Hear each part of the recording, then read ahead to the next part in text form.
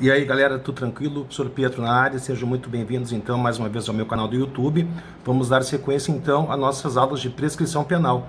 Bom, na última aula nós estávamos então ao final tratando, lembram? Sobre a natureza jurídica da prescrição penal e vimos que daí decorrem duas consequências absolutamente importantes, quais sejam a questão da aplicabilidade das normas prescricionais. Ora, como a prescrição penal tem natureza jurídica de direito material, significa que, se forem mais gravosas, elas serão irretroativas e, se forem mais benéficas, serão ultrativas, como, aliás, é o que ocorre com a norma penal, certo? Falamos ainda, e é absolutamente importante para vocês, principalmente que farão concurso, a forma de contagem do prazo prescricional. Artigo, muita calma nessa hora, né, Pietro? Não fala muito rápido, senão o pessoal, né, fica todo... Então, vamos lá, artigo 10 do Código Penal, ou seja, não interessa se é dia de reis, se é dia não útil, enfim, não interessa, certo? O que importa é que sempre vai cair um dia antes e nunca nós iremos considerar, ok? A questão mais básica, que é exatamente o que? Se naquele determinado ano, como é o ano de 2020, por exemplo, se ele é bissexto ou não, não importa também se o mês tem 30 ou 31 dias. Conta-se o prazo exatamente assim. Como? Nós consideramos o espaço entre duas datas idênticas, dependendo, claro, do montante de tempo, que nós vamos verificar onde, no artigo 109 do Código Penal, e a partir daí, então, é só colocar o término, o dies ad quem, chique, como eu já tinha dito na outra vez, né, como sendo um dia imediatamente anterior ao que nós estamos, então, trabalhando. Começando, por exemplo, dia 26 de março, cai no dia 25 de março, e aí o ano, sim, dependendo do prazo prescricional, que está umbilicalmente, olha que profundo, umbilicalmente vinculado à pena, ok? Então, seguindo, né, na nossa grande empreitada quarentenística, se a professora Irene Hack, minha grande mestre, ela ouve isso, ela me mata, porque, bom, né, ela sempre... Mas por isso que eu passei nos concursos, né? Porque eu sempre tive a professora Irene, aliás, desde o colégio, minha professora de português. Então, né, se ela estiver assistindo aí, vai o meu beijo enorme para a professora Irene, que é a top em português. Enfim, ela é o máximo. Todos vocês conhecem e sabem da competência dela. Aliás, já vou aproveitar para fazer o merchan. Ela está com um curso de português à distância e vocês sabem, né, cara? Português é com ela e você aprende, nem que seja sendo esbofeteado, mas a professora Irene é a top das tops, certo? Fica a dica aí então para vocês, ok? Então, seguindo exatamente o que vocês podem ter percebido, eu fiz na verdade um índice, né, para que a gente possa saber exatamente do que eu vou comentar em cada um dos vídeos. E como vocês sabem, quem também já foi meu aluno, que eu amo prescrição penal, e eu não vou poupar, digamos, né, tempo, explicação, repetir explicação, porque isso é um tema bastante complexo. As pessoas esquecem, né? Fala-se tanto, né, no erro de tipo, erro de proibição, mas isso não muda há milênios, com todo respeito. Agora, chega na prescrição, dá um tilt, porque aí mistura matemática junto com direito, aí a gente não quis saber de matemática, por isso que a gente fez direito, né? Então, tem todo esse viés complicadinho, mas a gente vai debulhar. Cara, hoje eu tô me puxando no palavreado ruim, né? Hoje eu tô assim no núcleo ruim da novela, certo? Bom, questões então agora, seguindo, né, já na nossa então segunda aula, fizemos apenas uma pequeníssima revisão do que vimos ao final da última aula. Então, nós temos que analisar agora, seria o ponto número 4, na verdade seria, que nunca vai ser, é o ponto número 4, que diz respeito aos fundamentos da prescrição. E por que isso é tão importante? Para a gente poder entender a prescrição, inclusive quando estiver fazendo uma prova objetiva. Querem ver? Galera, por que existe a prescrição penal? Ora, o tempo, ele é um aliado do esquecimento. Eu não sei o que eu comi ontem, não sei o que eu comi semana passada. Talvez até agora na quarentena eu até lembre, mas eu não lembro. Álibi de réu geralmente lembra, né? Vocês sabem que às vezes, passados 2 anos aí do crime, ele lembra exatamente o que ele comeu, a hora e, claro, a hora, minuto, segundo que ele estava supostamente na presença do réu. Tem gente com uma memória assim, imagina uma cara desse passa em qualquer concurso que ele quiser, esse cara vai para Itamaraty se ele quiser, né? Mas tirando isso, então, os fundamentos, primeiro, né, o decurso do tempo faz com que haja o enfraquecimento da prova. E aí vai entrar também nos próximos e bem outros próximos vídeos que a gente vai fazer de processo penal. Tema provas é um tema, né?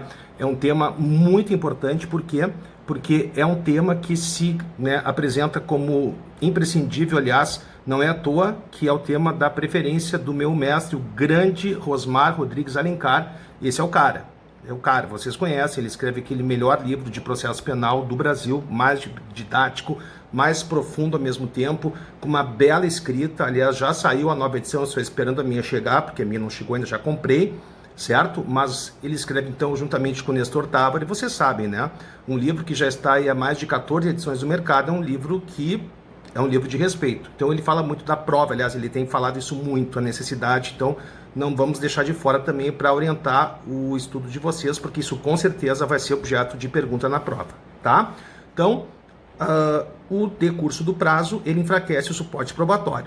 Por que será que o artigo 94, vamos fazer bem a questão do concurso mesmo, por que será que o artigo 94 da Lei 10.741 de 2013, o Estatuto do Idoso, diz o seguinte, que aos crimes previstos nesta lei, portanto, Estatuto do Idoso, nem vou falar da regra óbvia, né, de até 2 anos. Vou falar daquela regra que, sim, é importante, né, porque, vamos lá, tudo para ajudar, para auxiliar a compreensão de vocês. Nos crimes previstos no Estatuto do Idoso, cuja pena máxima seja superior a 2 e não exceda a 4 anos, o que diz o 94 do Estatuto do Idoso?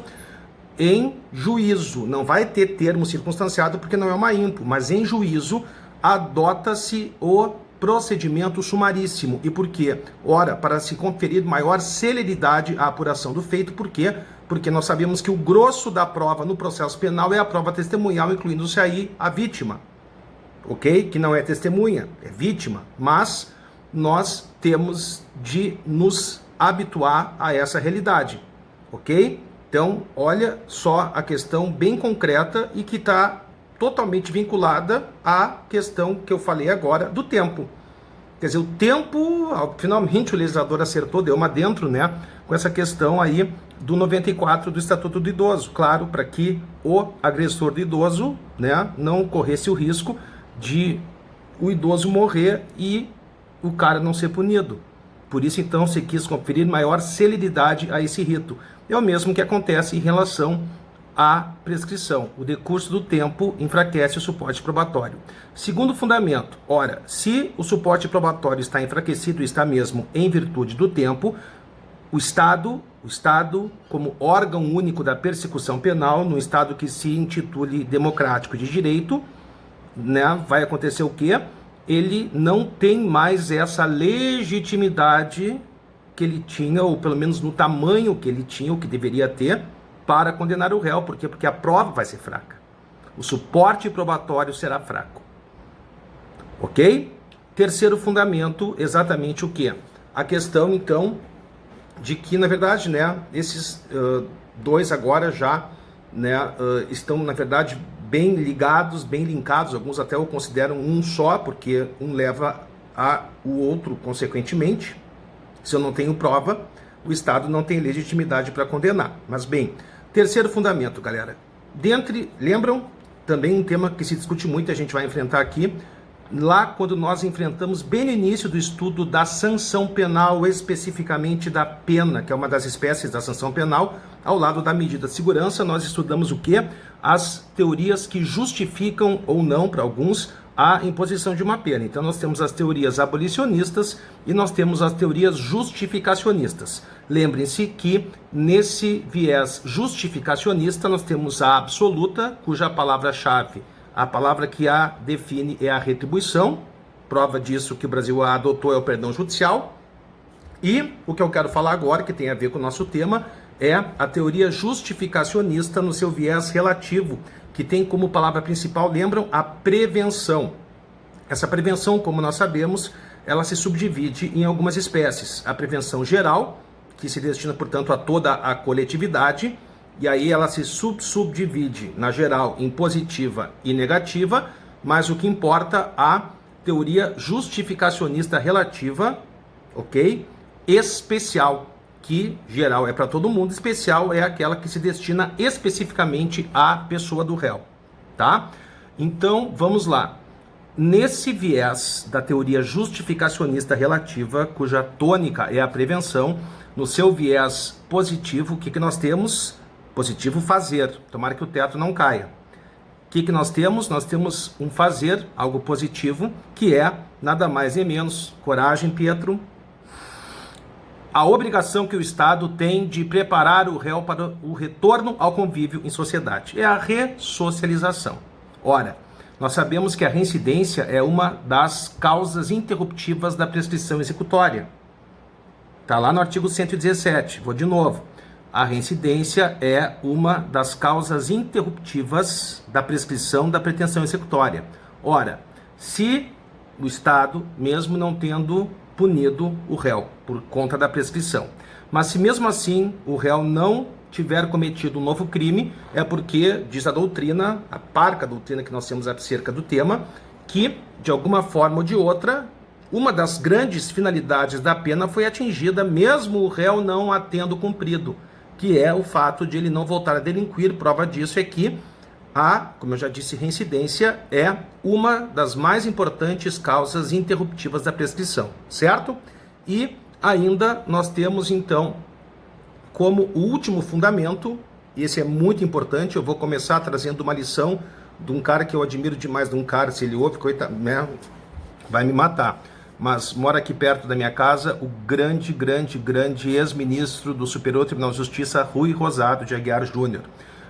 Quando ele estuda penas, quando ele faz naquele primeiro compêndio dele que ele fez na Júris no ano santo de 1986, depois virou livro, como vocês sabem, livro imprescindível para qualquer pessoa que queira aprender a aplicar a pena, ele é bem prático. O que ele diz? Ele diz o seguinte: ora, toda vez que alguém pratica uma infração penal, nasce no meio dessa sociedade e mais especificamente dessa comunidade menor, né, em que vivemos, um sentimento de decepção. Por quê? Porque nós, ainda mais se nós conhecermos ou conhecêssemos ou conhecermos o réu, né, nós vamos sempre esperar dele uma conduta conforme o direito. Então, toda vez que um crime é praticado, essa comunidade em torno da onde vive a pessoa que praticou a infração penal, ela se decepciona com o réu. Por isso que ele diz estudando penas, e eu estou trazendo isso para o nosso estudo, já vão ver o link que eu vou fazer. Por quê? Porque quanto maior for o grau de decepção provocado pela prática do crime, tanto maior será o grau de culpabilidade, censurabilidade, reprovabilidade, que são sinônimos, e nós sabemos, eu falo sempre em primeiríssimo lugar na culpabilidade, que é, claro, o embasamento primeiro da aplicação da pena e na sua fase mais importante, que é a pena base. Aliás, naquelas 8 vetoriais do artigo 59 do Código Penal, que são usadas para a aplicação da pena base, qual que aparece em primeiro lugar e de longe é a mais importante? A culpabilidade. Prova disso é que o livro do meu grande colega e amigo, desembargador José Antônio Paganella Bosque, das penas e seus critérios de aplicação, é todo fundado no artigo 59 do Código Penal, para a gente ter uma ideia, né, galera, da importância que esse artigo tem na aplicação da pena. Então é isso, certo? Então, na verdade, o que eu quis dizer? Que, em relação a essa questão, com o decurso do tempo, aquela comoção social, aquela necessidade, né, de punição, que todo mundo fica puto da cara e todo mundo quer punir a qualquer preço, enfim, se deixar vai linchar em praça pública, isso desaparece. As pessoas vão esquecendo até da repercussão que esse crime teve. Por isso que justiça tardia, principalmente na esfera criminal, não é justiça. E falo isso se ocorrer a prescrição, se não ocorrer, entenderam?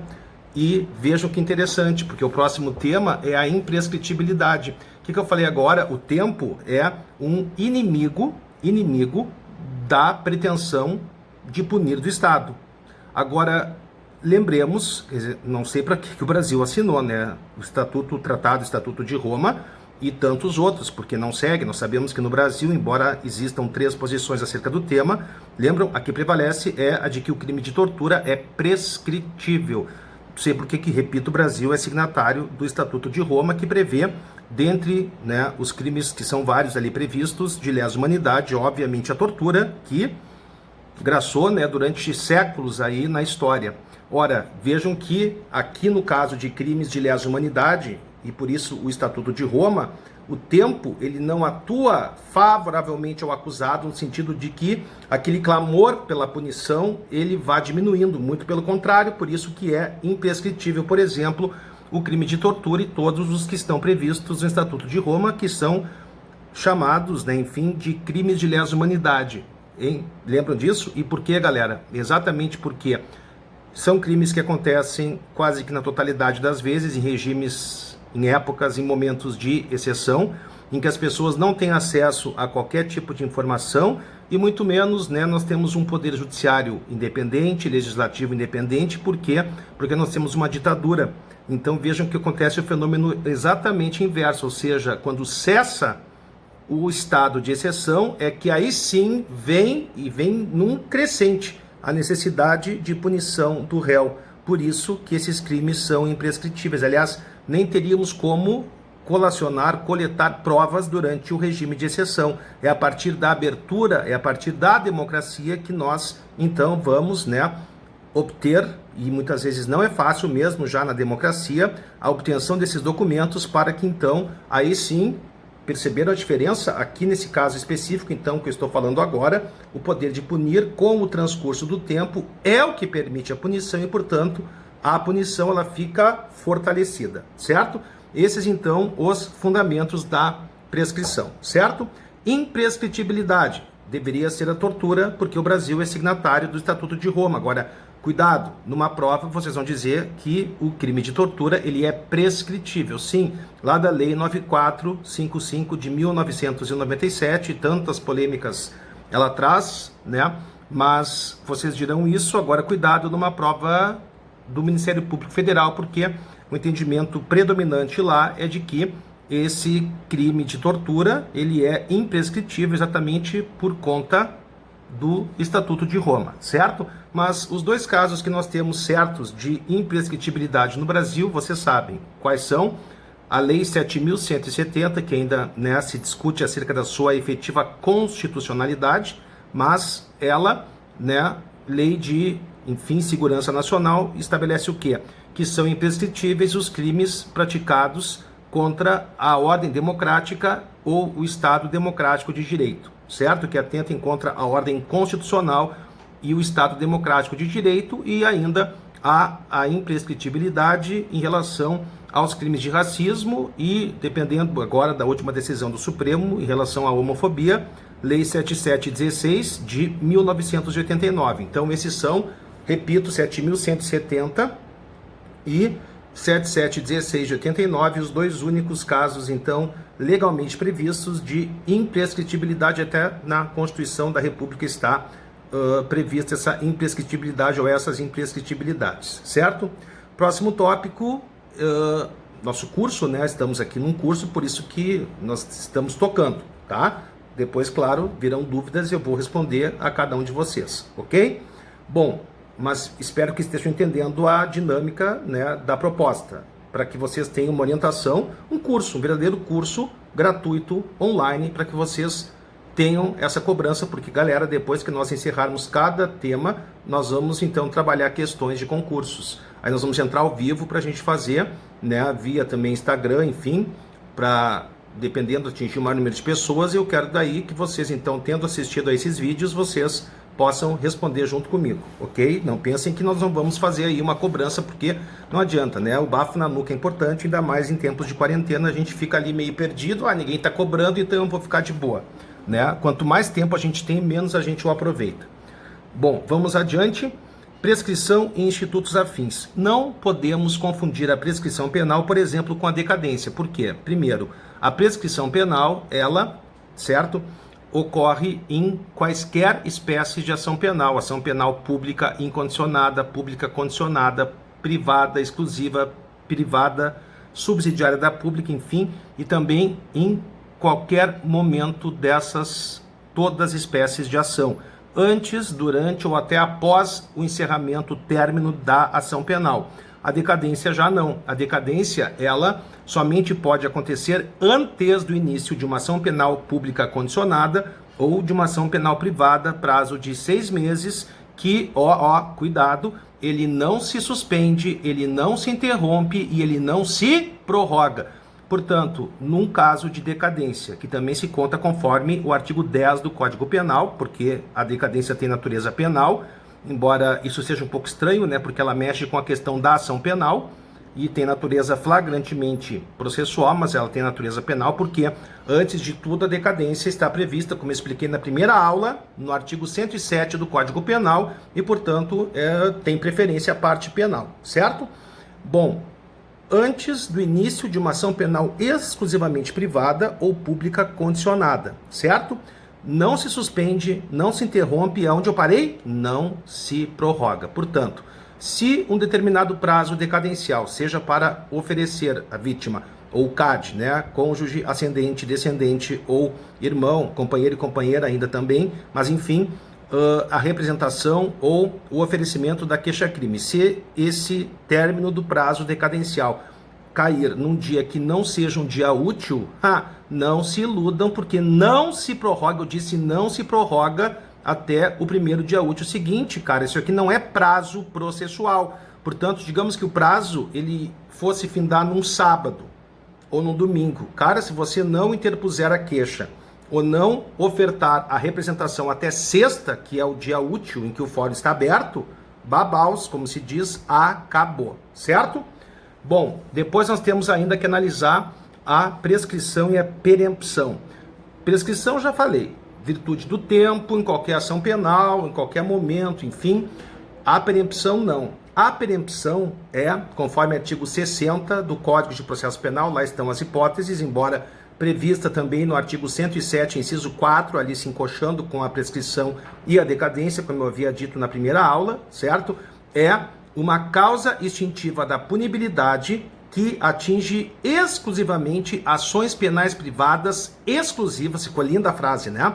Mas para não esquecer, e ela tem algo muito diferente da decadência, lembram? A decadência acontece antes do início de uma ação penal privada ou pública condicionada à representação, ao passo que a perempção, galera, só pode ter cabimento após o início de uma ação penal exclusivamente privada e basicamente não é gerada em virtude do tempo, mas em virtude da inércia do querelante, o acusador privado. E por quê? Porque a ação penal privada exclusiva é a única espécie de ação penal que é disponível, certo?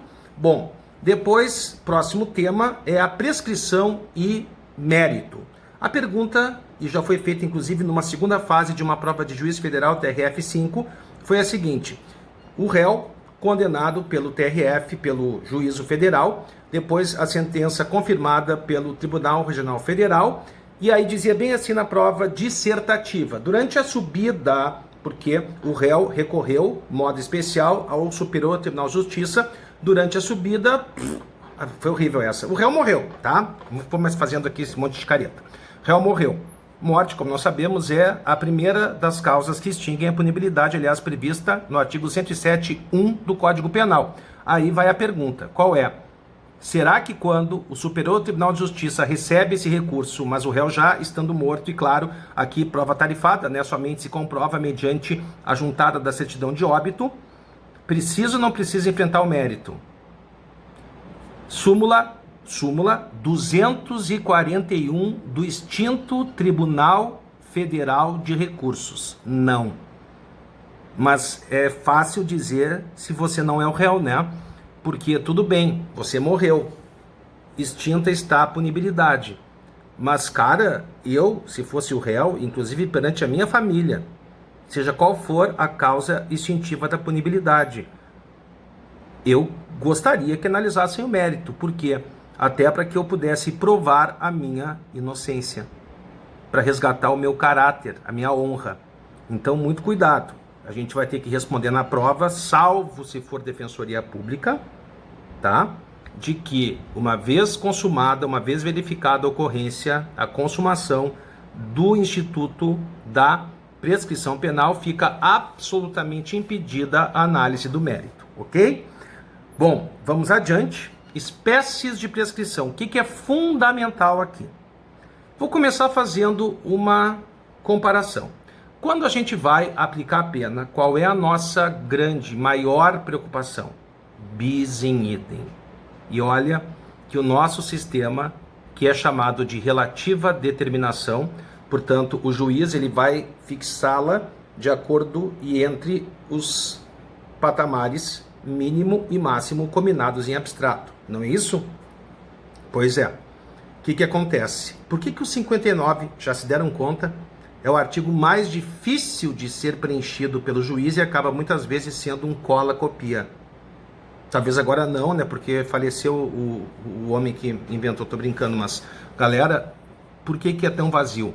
Já perceberam o seguinte, que nós temos a pena base, em que são levadas em conta as circunstâncias do 59, nós temos a segunda fase, em que são consideradas as agravantes e atenuantes, e por fim temos a terceira fase, aquela em que as circunstâncias estão estabelecidas em quantidades relativamente a percentuais, sejam eles fixos ou variáveis, lembram disso?